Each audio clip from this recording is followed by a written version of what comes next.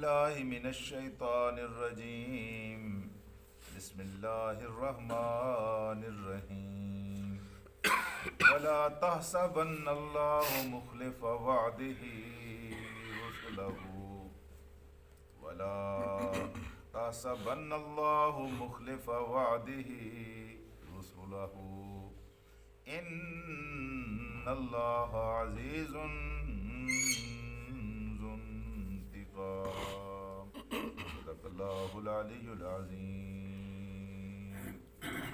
رفقائے گرامی، ہمارا یہ چھوٹا سا شہر ہے، یہاں بھی کچھ ایسے لوگ موجود ہیں کہ ان کے بارے میں اگر آپ کو آ کر یہ بتایا جائے کہ فلاں آدمی کے پاس امانت رکھی گئی تھی اور اس نے امانت کو ہڑپ کر لیا ہے، تو آپ سارے لوگ بجک زبان یہ کہیں گے کہ ایسا ممکن نہیں ہے، ایسا نہیں ہو سکتا۔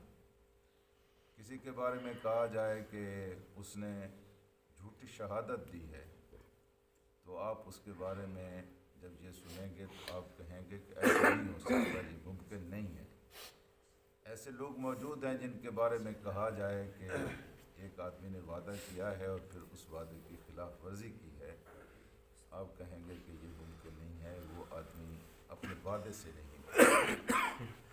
میرے عزیز دوستو، یہ اس کی سیرت اور اس کے کردار کو دیکھ کر ہم یہ اپنا ایک فتویٰ لگاتے ہیں، اپنی یہ ایک رائے قائم کرتے ہیں، لیکن اس کے باوجود سچے سے سچا آدمی بھی کبھی نہ کبھی جھوٹ بول جاتا ہے، بہادر سے بہادر آدمی بھی کبھی نہ کبھی بزدلی کا مظاہرہ کر جاتا ہے، سخی سے سخی آدمی بھی کبھی نہ کبھی یوں سمجھیں کہ کبھی بخیلی کا مظاہرہ، کنجوسی کا مظاہرہ کر لیتا ہے، پر بڑا وعدے کا پکا اور قول کا سچا آدمی بھی کبھی نہ کبھی اپنے وعدے کی خلاف ورزی کر بیٹھتا ہے۔ لیکن اللہ تبارک و تعالیٰ کی ذات ایک ایسی ذات ہے، جو بات وہ کرتی ہے وہ بات کر کے دکھاتی ہے۔ اللہ تعالیٰ جو وعدے کرتا ہے وہ وعدے پورے کر کے دکھاتا ہے۔ کوئی یہ نہ سمجھے کہ اللہ تبارک و تعالیٰ نے اپنے ان وعدوں کی تکمیل سے کبھی انحراف کیا ہے یا پیچھے ہٹنے کی آپ نے اللہ تبارک و تعالیٰ نے کبھی کوئی کوشش کی ہے۔ بالکل یہاں یہی بات کی گئی ہے کہ وَلَا تَحْسَبَنَّ اللَّهَ مُخْلِفَ وَعْدِهِ رُسُلَهُ، کوئی گمان نہ کرے کہ اللہ نے اپنے رسولوں کے ساتھ جو وعدے کیے ہیں وہ ان کی خلاف ورزی کرے گا، کہ کوئی یہ سوچے بھی نہ۔ یہ ایک لحاظ سے تسلی بھی ہے اہل ایمان کے لیے، اور یہ تسلی بھی ہے ان لوگوں کے لیے جو یہ کہتے تھے کہ اگر ہم اللہ کا کام کر رہے ہیں تو اللہ کی نصرت کیوں نہیں آتی، اللہ کی مدد کیوں نہیں آتی۔ دنیا دار لوگ پھل پھول رہے ہیں اور بظاہر دنیا کی نعمتوں کی بارش ان کے اوپر ہو رہی ہے، فیصلے اللہ کے ہاتھ میں ہیں، تو اللہ کی مدد آ کیوں نہیں جاتی؟ جی، یہی وہ بات تھی کہ جب اللہ کے رسول دیوار کعبہ کے ساتھ بالکل لیٹے ہوئے تھے، تو جب بہت زیادہ ظلم حد سے بڑھ گیا، ناقابل برداشت ہو گیا، تو ایک صحابی رسول آیا اور اس نے اللہ کے رسول سے عرض کیا کہ اللہ کے رسول دعا کیجیے، اب تو حد ہو گئی۔ تو اللہ کے رسول جو لیٹے ہوئے تھے وہ اٹھ کر بیٹھ گئے۔ آپ نے ان سے فرمایا کہ تمہیں پتہ نہیں ہے کہ یہ کام کرنے کے لیے تم پہلے نہیں ہو جو اٹھے ہو، اس سے پہلے بھی یہ کام ہوتا رہا، جنت کے پہلے عاشق تم نہیں ہو، اس سے پہلے بھی جنت کے عاشق گزرے ہیں، تم پہلے اہل ایمان نہیں ہو، تم سے پہلے بھی اہل ایمان گزرے ہیں، اور انہوں نے یہ کام کیا ہے، یہاں تک کہ ان کے سروں کے اوپر آرے رکھ کر ان کے دھڑوں کو دو حصوں میں تقسیم کر دیا گیا، ان کو زمین کے اندر دھنسا دیا گیا، ان کو قتل کر دیا گیا۔ ہاں جی، پھر آپ نے کہا کہ مجھے اللہ کی قسم، اللہ اپنے وعدے کو ضرور پورا کرے گا اور زمین کے اوپر خدا کا دین غالب ہو کر رہے گا۔ ہاں جی، اللہ تعالیٰ اپنے وعدوں کی خلاف ورزی نہیں کرتا۔ اللہ نے اپنے بندوں کے ساتھ یہ وعدہ کیا ہے کہ میرے راستے میں جو کچھ تمہارے پاس موجود ہے سارا اٹھا کر لے آؤ اور اس کو میرے راستے میں خرچ کر دو اور صرف کر دو، پھر میری نصرت بھی آئے گی اور میری مدد بھی آئے گی۔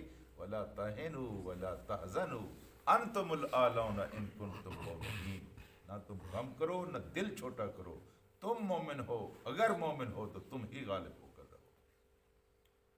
تو ہم یہ ساری زندگی کر رہے ہیں، اللہ کی نصرت تو نہیں آتی، بھئی اللہ کی نصرت کی جو شرطیں ہیں وہ تو تم پوری کرو، اللہ کی نصرت کی جو شرطیں ہیں وہ تم پوری کرو۔ اور اللہ کی نصرت کی شرطوں میں دو شرطیں بڑی عام ہیں۔ ایک تو جو کچھ آپ کے پاس موجود ہے اس کو اللہ تبارک و تعالیٰ کے راستے میں لگا دو۔ جب آپ کے پاس کچھ باقی نہیں بچے گا تو پھر اللہ کی مدد آئے گی اور اللہ کی نصرت آئے گی۔ اگر کچھ بچا کر رکھا تو پھر یہ دوسری شرط یہ ہے کہ تمہاری صفوں کے اندر باہمی اتحاد ہونا چاہیے، تم متحد ہونے چاہیے، اہل ایمان کا اتحاد ہو۔ یہ بکھرے بکھرے ہوں، یہ ٹوٹے پھوٹے ہوں، یہ ایک دوسرے کے ساتھ لڑ رہے ہوں، ان کی مسجدیں بٹی ہوئی ہوں، ان کے مدرسے تقسیم ہو رہے ہوں، ہیں جی، یہ کہیں سیاسی اختلافات، کہیں مذہبی اختلافات، کہیں قومی اختلافات، کہیں لسانی اور علاقائی اختلافات ان کے درمیان ہوں، اور پھر ان کے نیک لوگ کہیں کہ اللہ کی مدد کیوں نہیں آتی؟ اللہ کی تو مدد آ جائے۔ اللہ کی مدد اس طرح نہیں آتی۔ اللہ کی مدد کے لیے یہ شرط ہے کہ باہمی اتحاد و اتفاق کی ہو۔ اللہ کی مدد کے لیے یہ شرط ہے کہ جو کچھ آپ کے پاس موجود ہے اس کو آپ اللہ کے راستے میں لگا دیں۔ پھر بدر کا میدان نہ بھی ہو، یہاں بھی بدر کا میدان بن سکتا ہے۔ علامہ اقبال نے بالکل ٹھیک کہا تھا کہ فضائے بدر پیدا کر، فرشتے تیری نصرت کو اتر سکتے ہیں گردوں سے گرد، قطار اندر قطار آتے۔ بدر کی فضا پیدا کرو، اب بھی اللہ کے فرشتے تمہاری نصرت و امداد کے لیے آسمان سے اتر سکتے ہیں۔ تو یہاں یہ کہا کہ کوئی یہ گمان نہ کرے ولا تحسبن، یہ نون کے اوپر شرط جب آ جاتی ہے تو اس کا مطلب تاکید کا ہو جاتا ہے۔ کوئی بالکل یہ گمان نہ کرے، ایک منٹ کے لیے بھی نہ سوچے۔ ولا تحسبن، کوئی یہ سوچے ہی نہ کہ اللہ جو ہے مخلفہ، وہ خلاف کرنے والا ہے وعدے ہی، اپنے وعدے کو، رسولہ وہ جو اس نے اپنے رسولوں کے ساتھ کیے ہیں۔ کہتا اللہ نے لکھ دیا ہے لأغلبن انا ورسولی، کہ غالب میں آ کر رہوں گا اور میرے رسول آ کر رہیں گے۔ یہ اللہ کا فیصلہ ہے، یہ پورا ہو کے رہے گا۔ پھر اللہ کی نصرت دیر کیوں لگاتی ہے میرے عزیزوں؟ دیر کبھی کبھی اس لیے بھی لگتی ہے تاکہ اہل ایمان اس راستے میں قربانیاں دے کر ان کے درجات کو بلند کیا جائے، جی، ان کے مقام کو بلند کیا جائے۔ صبر اور مظلومیت کے ساتھ آپ کام کرتے رہیں اور اللہ کی نصرت آ کر رہتی ہے، اور اللہ تعالیٰ اپنے وعدے کو پورا کر کے دکھاتا ہے۔ پھر فرمایا ان اللہ، کوئی شک نہ کرے۔ انا کا معنی ہوتا ہے کوئی بے شک، اس میں کوئی شک نہیں ہے، بے شک یہ بات حقیقی بات ہے کہ اللہ جو ہے عزیز ذو انتقام، عزیز بھی ہے اور انتقام لینے والا بھی ہے۔ جی، یہ لاوارثہ مال نہیں ہے جس کی کھالیں ادھیڑی جا رہی ہیں، جن کو مارا پیٹا جا رہا ہے، جن سے ان کے گھر چھڑوا دیے گئے، ان کے کاروبار تباہ کر دیے گئے ہیں۔ ایسا نہیں ہے کہ اللہ تعالیٰ ان کو دیکھ رہا ہے اور کہیں سو گیا ہے، اللہ دیکھ رہا ہے، اللہ تعالیٰ کو ان کی خبر ہے، وہ غالب ہے، آج بھی وہ پکڑ رہا ہے۔ اس لیے اس طرح نہیں ہے کہ وہ کوئی طاقت تیار کر رہا ہے ان کو پھنسانے کی، اور جو طاقت جب جمع کر لے گا پھر ان کو پکڑ لے گا، ایسا بھی نہیں ہے۔ اللہ ہر وقت غالب ہے، اللہ ہر وقت پکڑ سکتا ہے، اللہ ظالموں کی گردن کسی وقت بھی دبوچ سکتا ہے، لیکن اللہ کے کیلنڈر اور اللہ کا میقات اور اللہ کی جنتری انسانوں کی جنتری جیسی نہیں ہے۔